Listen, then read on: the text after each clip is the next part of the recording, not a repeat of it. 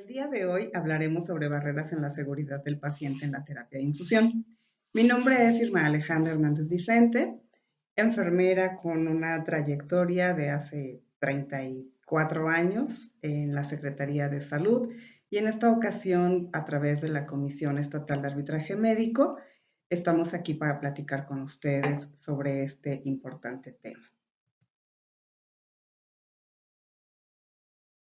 Empezaremos retomando algunas cuestiones históricas en relación a la terapia intravenosa que me parecen interesantes.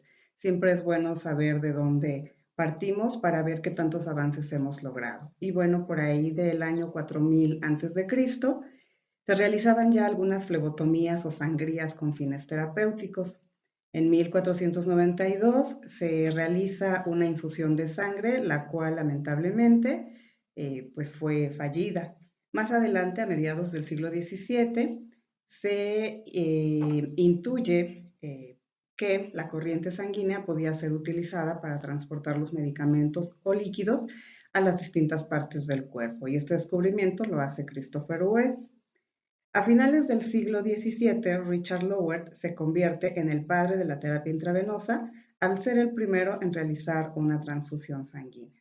A mediados del siglo XIX, pues ya distintos médicos franceses, escoceses e irlandeses trabajaron independientemente en la invención de la aguja hipodérmica capaz de infundir fármacos a través de la vía intravenosa.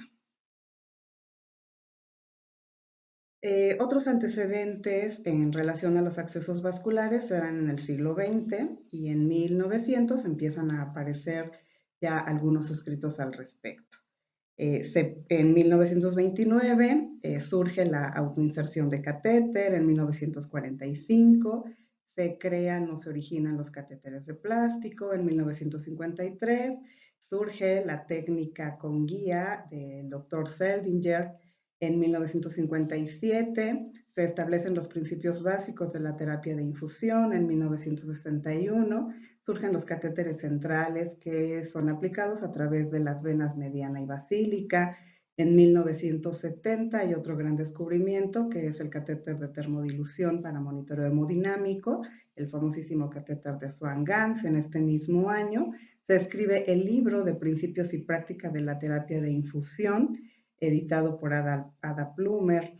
Y bueno, ya también en Estados Unidos, desde la década de los 40, surgen los primeros o primeras enfermeras en terapia de infusión. Y bueno, pues actualmente ustedes saben que ya hay muchas cuestiones al respecto que nos facilitan la vida y sobre todo que nos permiten otorgar una atención de calidad a los pacientes. La terapia de infusión intravenosa, solo a manera de recordatorio, pues sabemos que es un procedimiento terapéutico de diagnóstico y profiláctico que consiste en la inserción de un catéter en la luz de una vena, a través del cual se infunden líquidos, medicamentos, sangre o sus componentes al cuerpo humano. Este es un procedimiento que como enfermeras aplicamos cotidianamente. Y se dice en la literatura que entre el 80 y el 95% de los pacientes hospitalizados requieren de una terapia de infusión. En promedio, se colocan 5 millones de catéteres venosos centrales y más de 200 millones de catéteres venosos periféricos en todo el mundo. Ahora surge una pregunta. ¿Por qué el error es tan frecuente? Y hablando de errores, bueno, pues el 37.2% de los eventos adversos están relacionados con las infecciones asociadas a la atención y lamentablemente las del torrente sanguíneo se ubican dentro de las 5 más frecuentes. Y si es una práctica que cotidianamente hacemos, surge nuevamente esa pregunta. ¿Por qué el error es tan frecuente? Se deriva de diferentes situaciones, ¿no? De entrada tenemos personas vulnerables desde que ingresan al hospital. Pudieran estar relacionados esos errores frecuentes con el sistema de información en el hospital, con los sistemas de comunicación, con los sistemas de información de medicamentos, sistemas de aplicación para los medicamentos y bueno, otras cuestiones, ¿no? Que todas estas tienen que ver a lo mejor con alergias que no reportamos, con indicaciones médicas poco legibles, ambiguas, o que nosotras como profesional de enfermería de repente no interpretamos correctamente, precisamente porque hay algunas cuestiones a las que nos enfrentamos en la escritura. Falta de alerta de dosis máximas o mínimas, abreviaturas inseguras, ¿no? Sabemos que hay un estándar para estas y a veces se nos hace muy fácil poner alguna otra que solo nosotros entendemos. También el hecho de que no se tenga la experiencia suficiente puede derivar justamente en un daño al paciente. Pero también existen algunas otras cuestiones que están propiamente ligadas, precisamente desde la instalación del catéter, el cuidado del sitio de inserción, el manejo del sistema integral de la terapia de infusión. A veces damos por hecho que si aplicamos bien el catéter o lo insertamos correctamente, con eso será suficiente y la realidad es que no. Sabemos nosotras como profesionales de la enfermería que ese catéter se tiene que estar cuidando y hay que aplicar las técnicas correctas desde que iniciamos nuestro procedimiento.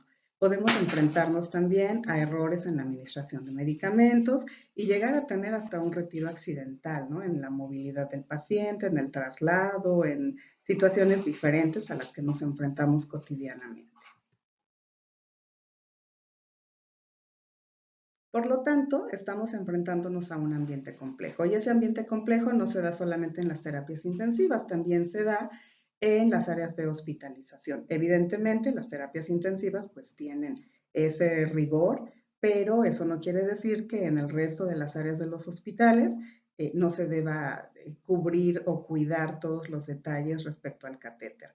Yo lo asemejo con el tablero de un avión, ¿no? Son muchas las cuestiones que tenemos que cuidar en el paciente y por si fuera poco, con un apoyo muy especial también para la terapia de infusión.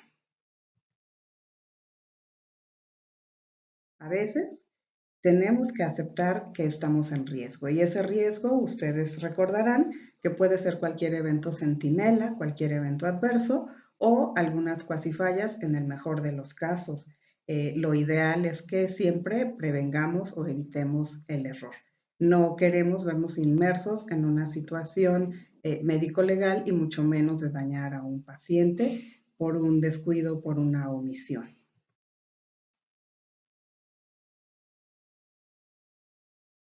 Nosotros como profesionales de la enfermería debemos salvaguardar la seguridad. ¿Y a qué se refiere este término? Pues a mantener al paciente libre y exento de todo peligro, daño o riesgo, y solo así entonces estaremos hablando de calidad de la atención, que recordando también un poco, sabemos que es el grado en que los medios más deseables se utilizan para alcanzar las mayores mejoras en salud.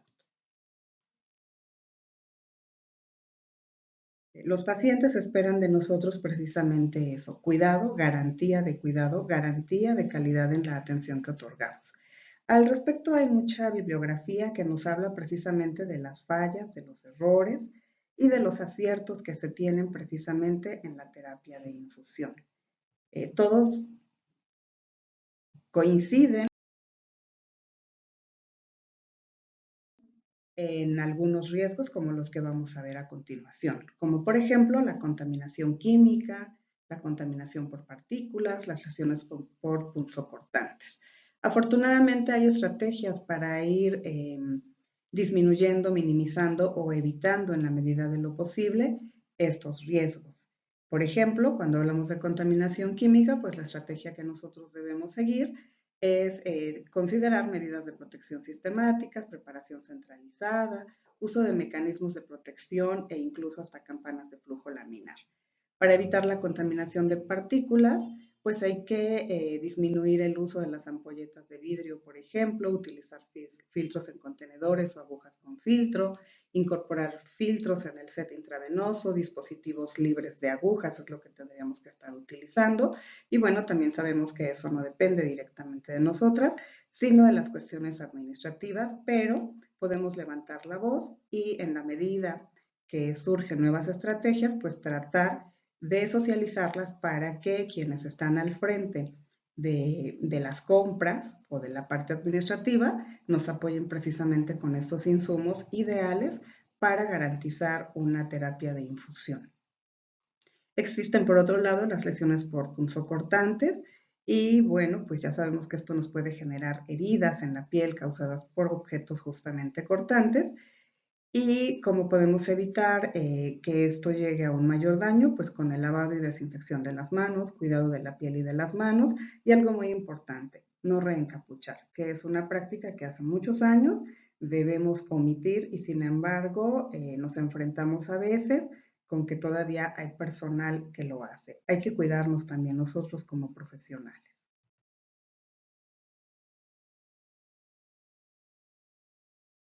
Al respecto, se estima que 8 millones de trabajadores sanitarios, por ejemplo en Estados Unidos, están expuestos a fármacos peligrosos. Hay reportes por ahí donde dicen que una de cada 5 enfermeras que manipularon fármacos para quimioterapia tuvieron un aborto. Evidentemente, esto hay que sustentarlo tal vez un poco más, sin embargo, existe también ya alguna evidencia al respecto y es lo que estamos plasmando aquí. Todas las partículas presentes en el compartimiento intraluminal entran directamente en el cuerpo humano, entonces tenemos que ser muy cuidadosos o precavidos a la hora de abrir nuestras ampolletas, sobre todo las de vidrio, y verificar que no se vaya ninguna de estas partículas a través del torrente. En Europa se producen alrededor de 1 millón de infecciones nosocomiales, ¿no? Entonces, y además también contagio hacia el personal de virus de hepatitis B, C, VIH. Otros riesgos a los que nos enfrentamos son los errores de medicación y para esto, ¿qué tendríamos que hacer? Pues aplicar nuestras reglas de oro, ¿no? En todo momento, así como lo hacemos justamente para los medicamentos, también hay que hacerlo para nuestra terapia de infusión. Incompatibilidad de medicamentos, reacciones no deseadas que se producen entre el fármaco y la solución, el envase u otro fármaco. Para esto es necesario que conozcamos la interacción, el antagonismo, el sinergismo y nuevos efectos, por supuesto. Hay que evitar o prevenir algún embolismo aéreo a través de la monitorización de las infusiones por gravedad y en paralelo, contaminación microbiológica. ¿Cómo lo vamos a prevenir? Pues a través del lavado de manos, el uso de técnicas asépticas para la inserción y todo el procedimiento del cuidado del catéter hasta su retiro, por supuesto. Al respecto, también nos dice la literatura que hasta 98,000 pacientes mueren cada año en hospitales como consecuencia de errores de medicación. Pero si seguimos nuestras reglas de oro, pues seguramente vamos a evitar y vamos a disminuir esa estadística. También sabemos que hay medicamentos que no son compatibles, tenemos que estar muy alertas a esto cuando vemos alguna indicación donde nos piden que se puedan infundir o aplicar, administrar. También hay reportes por ahí donde dicen que el 50% de todas las infecciones contraídas en hospitales pueden evitarse mediante una correcta higiene de manos. Entonces, otra de las reglas de oro en la terapia de infusión es precisamente el lavado de manos. Solo por recordar, porque es una práctica que cotidianamente hacemos. ¿De quién depende entonces la seguridad en la terapia de infusión? Pues definitivamente esto es trabajo de equipo. Sin embargo, la líder en la terapia de infusión pues siempre es el profesional de enfermería. Por lo tanto, desde la preparación tenemos que estar alertas a estas cuestiones. Viene la reconstitución, el transporte de esos y la administración que nosotros tengamos que hacer para nuestros pacientes. Hay una regla que se llama de Steinberg sobre seguridad y dice, la única vez que usted no sigue los procedimientos de seguridad es la única vez que las cosas salen mal. Precisamente por eso, más vale hacer las cosas bien y a la primera para evitar el que tengamos que replicar o repetir procedimientos. Siempre digo, nos tardamos el mismo tiempo haciendo las cosas bien que haciéndolas mal. Y si las hacemos mal, hay que repetirlas, ¿no? Y lo peor del asunto es que esto pudiera generar algún daño al paciente o a nosotros mismos como personal. Entonces, la invitación es a que sigamos haciendo las cosas bien y a la primera.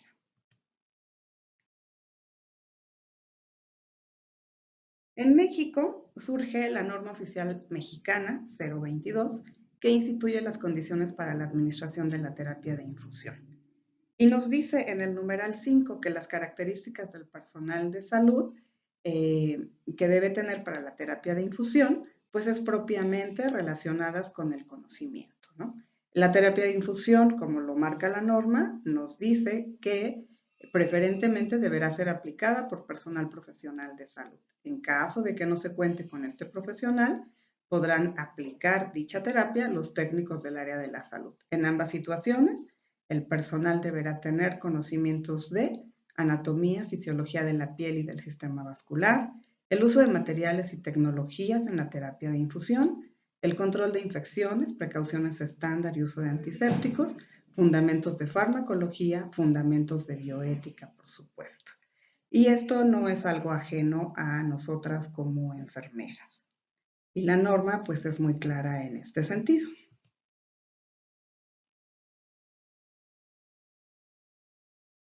El apartado 5.2 nos habla también de los conocimientos procedimentales que nosotras debemos tener o habilidades. Y habla entonces de la capacidad para evaluar el sitio de punción, ¿no? Para que nosotros desde el inicio hagamos una exploración, una valoración en el paciente y definamos cuál es el mejor sitio de punción.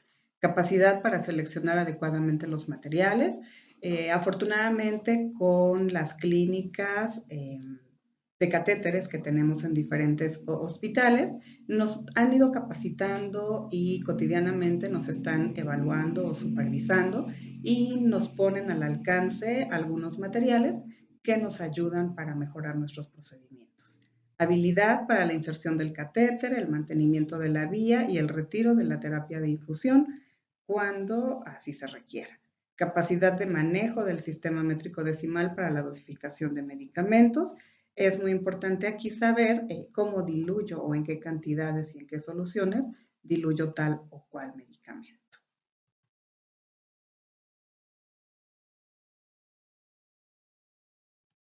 Aquí solamente una pequeña reflexión, ¿no?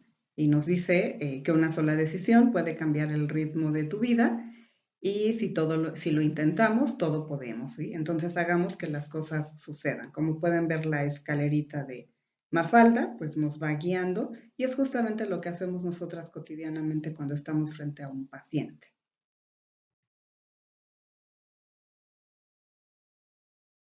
Otro apartado muy importante de la norma oficial mexicana es el numeral 5.3, que nos habla de las cuestiones actitudinales y no es otra cosa más que la capacidad de interacción con el paciente y su familia, basada en principios bioéticos y derechos de los pacientes. Es muy importante que nosotros tomemos en consideración lo que el paciente quiere para él, lo que acepta de los procedimientos que le ofrecemos y no obligarlo a aceptar ciertas cosas que desde nuestro punto de vista pudieran ser las mejores para él. Si nosotros les explicamos a detalle de qué se trata y por qué es importante el que acepte la terapia de infusión, seguramente lograremos que así sea. Sin embargo, hay pacientes que la rechazan, entonces también hay que respetar, insisto, solo hay que explicarles para que ellos solitos hagan conciencia de lo importante que es esta terapia para ellos.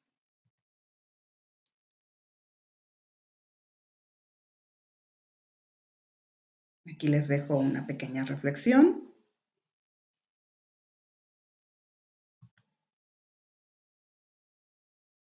Y bueno, a título personal, ¿qué debemos hacer para garantizar la seguridad del paciente en la terapia de infusión? Pues de entrada, conocer los riesgos de la terapia de infusión, identificar soluciones alternativas para minimizar, disminuir, prevenir o evitar esos riesgos, establecer los protocolos de acción o seguirlos, insisto, las personas que están a cargo de las clínicas de catéteres continuamente nos están capacitando.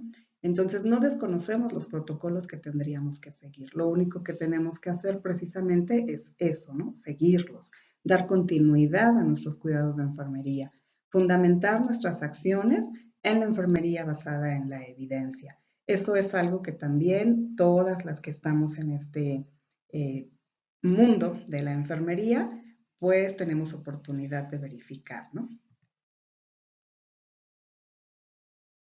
Bien, como equipo de trabajo, ¿qué debemos hacer para garantizar la seguridad del paciente en la terapia de infusión?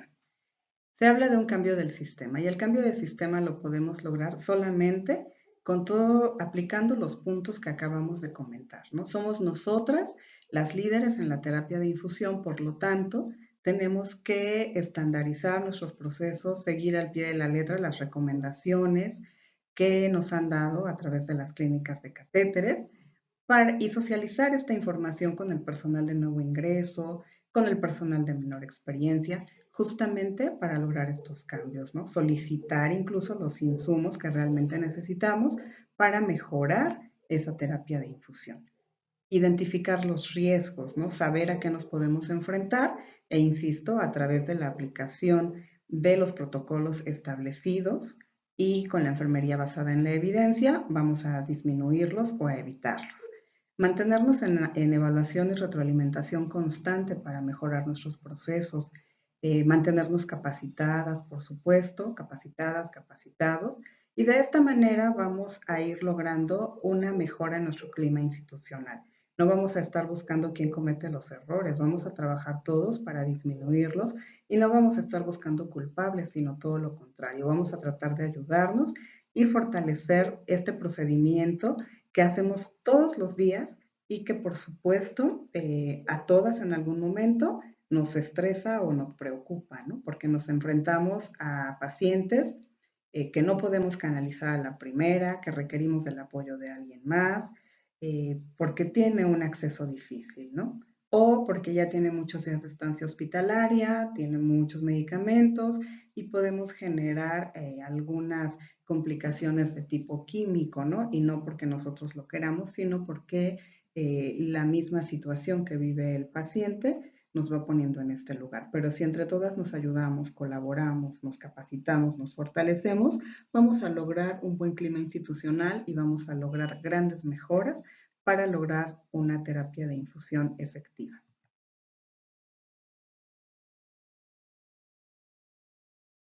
Pero si nosotros como equipo de trabajo no externamos nuestras preocupaciones, no reportamos los incidentes, no nos preparamos, no tomamos medidas para mejorar, pues difícilmente vamos a lograr un resultado positivo, ¿no? Si mantenemos esa actitud negativa.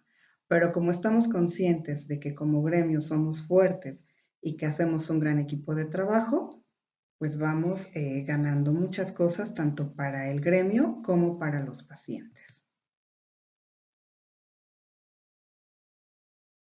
Si nosotros vemos esta diapositiva, podemos ver algunos avisos de seguridad. Al centro están algunas imágenes con unos catéteres, ¿no? Tanto central como periférico. ¿Y por qué si nosotros vemos un aviso de alerta, inmediatamente nos ponemos así, ¿no? En alerta. ¿Qué pasaría si al ver un catéter hacemos lo mismo?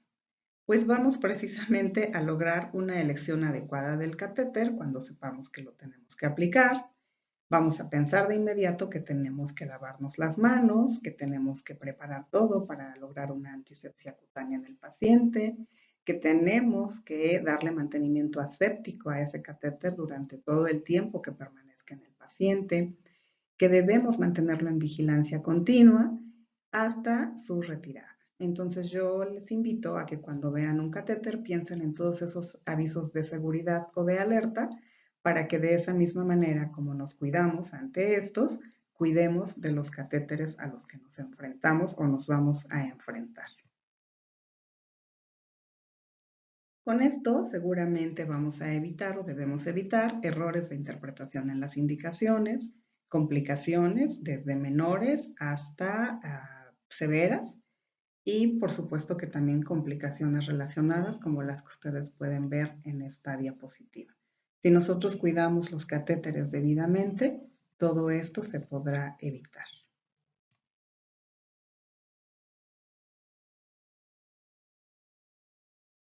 Ya para finalizar, se requiere que el profesional de enfermería que se encuentre en los diferentes niveles de atención cumpla con las acciones esenciales para la seguridad del paciente, que todos sabemos que forman parte del modelo de gestión de calidad, además de aplicar los criterios estipulados en la norma oficial mexicana 022 de la Secretaría de Salud, con el propósito de establecer las condiciones necesarias que favorezcan la práctica clínica y lograr una cultura de la seguridad en